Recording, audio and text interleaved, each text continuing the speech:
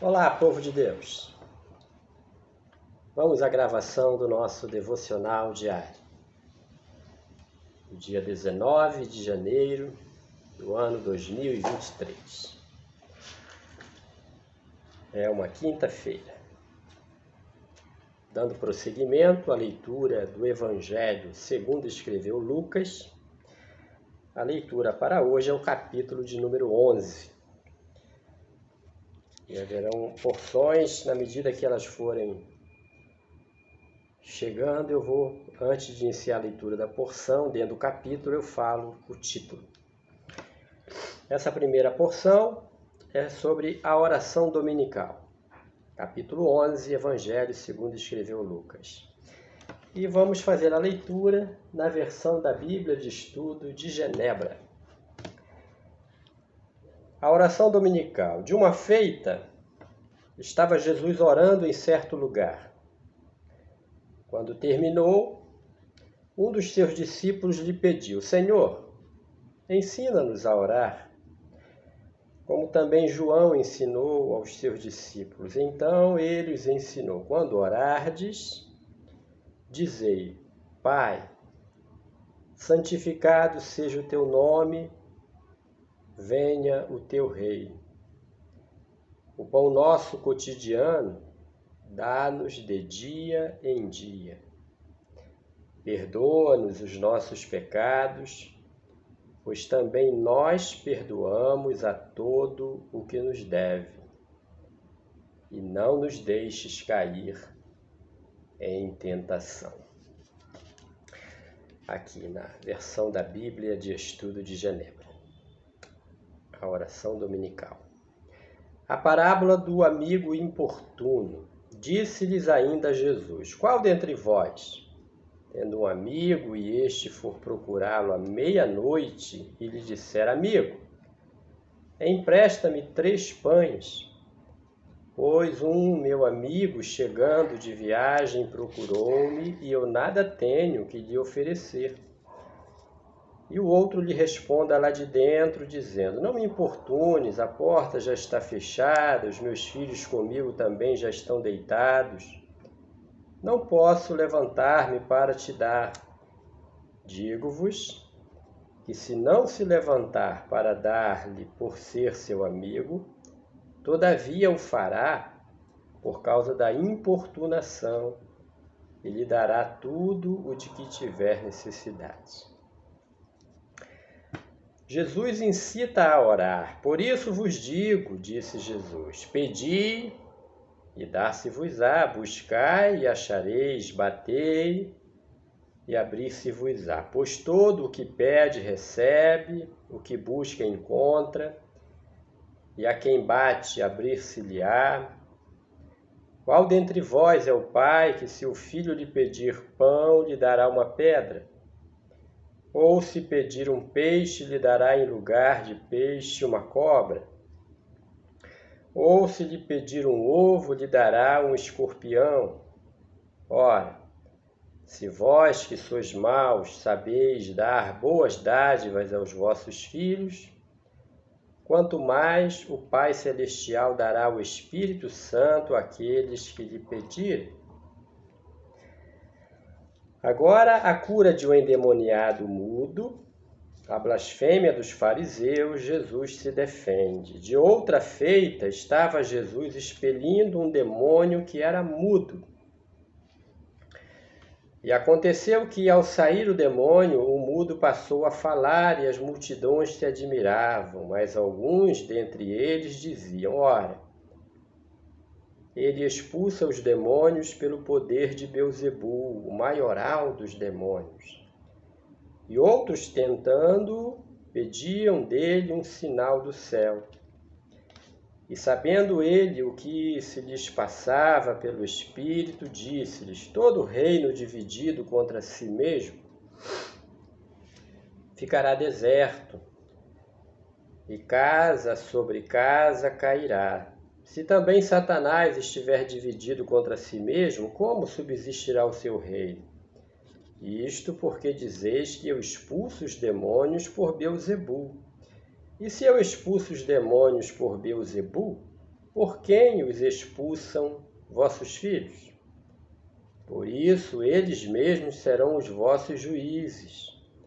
Se, porém, eu expulso os demônios pelo dedo de Deus, certamente é chegado o reino de Deus sobre vós. Quando o valente, bem armado, guarda a sua própria casa, ficam em segurança todos os seus bens. Sobrevindo, porém, um mais valente do que ele, o vence, tira-lhe a armadura em que confiava e lhe divide os despojos. Quem não é por mim é contra mim, e quem comigo não ajunta, espalha.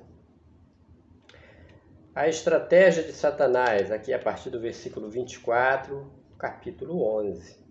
Quando o espírito imundo sai do homem, anda por lugares áridos, procurando repouso, e não o achando, diz: voltarei para minha casa, de onde saí. E tendo voltado, a encontra varrida e ornamentada. Então vai e leva consigo outros 7 espíritos piores que ele. E entrando, habitam ali. E o último estado daquele homem se torna pior do que o primeiro. A exclamação de uma mulher. Ora, aconteceu que, ao dizer Jesus estas palavras, uma mulher que estava entre a multidão exclamou e disse-lhe: bem-aventurada aquela que te concebeu e os seios que te amamentaram. Ele, porém, respondeu: antes, bem-aventurados são os que ouvem a palavra de Deus e aguardam. O sinal de Jonas. Diz assim, versículo 29. Como afluíssem as multidões, passou Jesus a ensinar e a dizer: esta é geração perversa. Pede sinal, mas nenhum sinal lhe será dado, senão o de Jonas. Porque assim como Jonas foi sinal para os ninivitas, o Filho do Homem o será para esta geração. A rainha do sul se levantará no juízo com os homens desta geração e os condenará, porque veio dos confins da terra para ouvir a sabedoria de Salomão. E eis aqui está quem é maior do que Salomão. As ninivitas se levantarão no juízo com esta geração e a condenarão, porque se arrependeram com a pregação de Jonas. E eis aqui está quem é maior do que Jonas. A parábola da candeia. Ninguém, depois de acender uma candeia, a põe em lugar escondido, nem debaixo do alqueire, mas no velador, a fim de que os que entram vejam a luz. São os teus olhos a lâmpada do teu corpo. Se os teus olhos forem bons, todo o teu corpo será luminoso. Mas se forem maus, o teu corpo ficará em trevas. Repara, pois, que a luz que há em ti não sejam trevas. Se, portanto, todo o teu corpo for luminoso, sem ter qualquer parte em trevas, será todo resplandecente, como a candeia quando te ilumina em plena luz. Jesus censura os fariseus. Ao falar Jesus estas palavras, um fariseu o convidou para ir comer com ele. Então, entrando, tomou lugar à mesa. O fariseu, porém, admirou-se ao ver que Jesus não se lavava primeiro, antes de comer. O Senhor, porém, lhe disse: vós, fariseus, limpais. Repetindo: vós, fariseus, limpais o exterior do copo e do prato, mas o vosso interior está cheio de rapina e perversidade. Insensatos, quem fez o exterior não é o mesmo que fez o interior? Antes da esmola do que tiverdes, antes dai esmola do que tiverdes, e tudo vos será limpo. Mas ai de vós, fariseus, porque dais o dízimo da hortelã, da arruda e de todas as hortaliças, e desprezais a justiça e o amor de Deus. Vocês devem fazer essas coisas, sem omitir aquelas. Ai de vós, fariseus, porque gostais da primeira cadeira nas sinagogas e das saudações nas praças. Ai de vós, que sois como as sepulturas invisíveis, sobre as quais os homens passam sem o saber. Ai dos intérpretes da lei.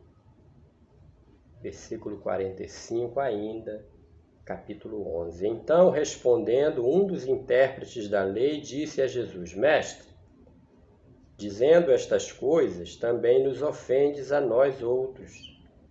Mas ele respondeu: Ai de vós também, intérpretes da lei, porque sobrecarregais os homens com fardos superiores às suas forças, mas vós mesmos nem com um dedo os tocais. Ai de vós, porque edificais os túmulos dos profetas que vossos pais assassinaram. Assim sois testemunhas e aprovais com cumplicidade as obras dos vossos pais, porque eles mataram os profetas e vós lhes edificais os túmulos. Por isso também disse a sabedoria de Deus: enviar-lhes-ei profetas e apóstolos, e a alguns deles matarão e a outros perseguirão, para que desta geração se peçam contas do sangue dos profetas, derramado desde a fundação do mundo, desde o sangue de Abel até o de Zacarias, que foi assassinado entre o altar e a casa de Deus. Sim, eu vos afirmo, contas serão pedidas a esta geração. Ai de vós, intérpretes da lei, porque tornastes a chave da ciência, porque tomastes a chave da ciência. Contudo, vós mesmos não entrastes e impedistes os que estavam entrando. E os versículos 53 e 54, o plano para tirar a vida de Jesus, concluindo a leitura do capítulo 11. Saindo Jesus dali, passaram os escribas e fariseus a argüí-lo com veemência, procurando confundi-lo a respeito de muitos assuntos, com o intuito de tirar das suas próprias palavras motivos para o acusar. Quantas realizações, né? Quantos embates, né, contra os religiosos de sua época. Quantos ensinamentos. É o Evangelho que nos revela o Cristo bendito de Deus, pleno exercício do seu ministério terreno, trazendo luz em meio às trevas do mundo. Ouça, leia com os olhos, pense, reflita no coração e na mente e guarde no bom depósito o ensinamento da palavra de Deus. Deus te abençoe. Em nome de Jesus. Amém.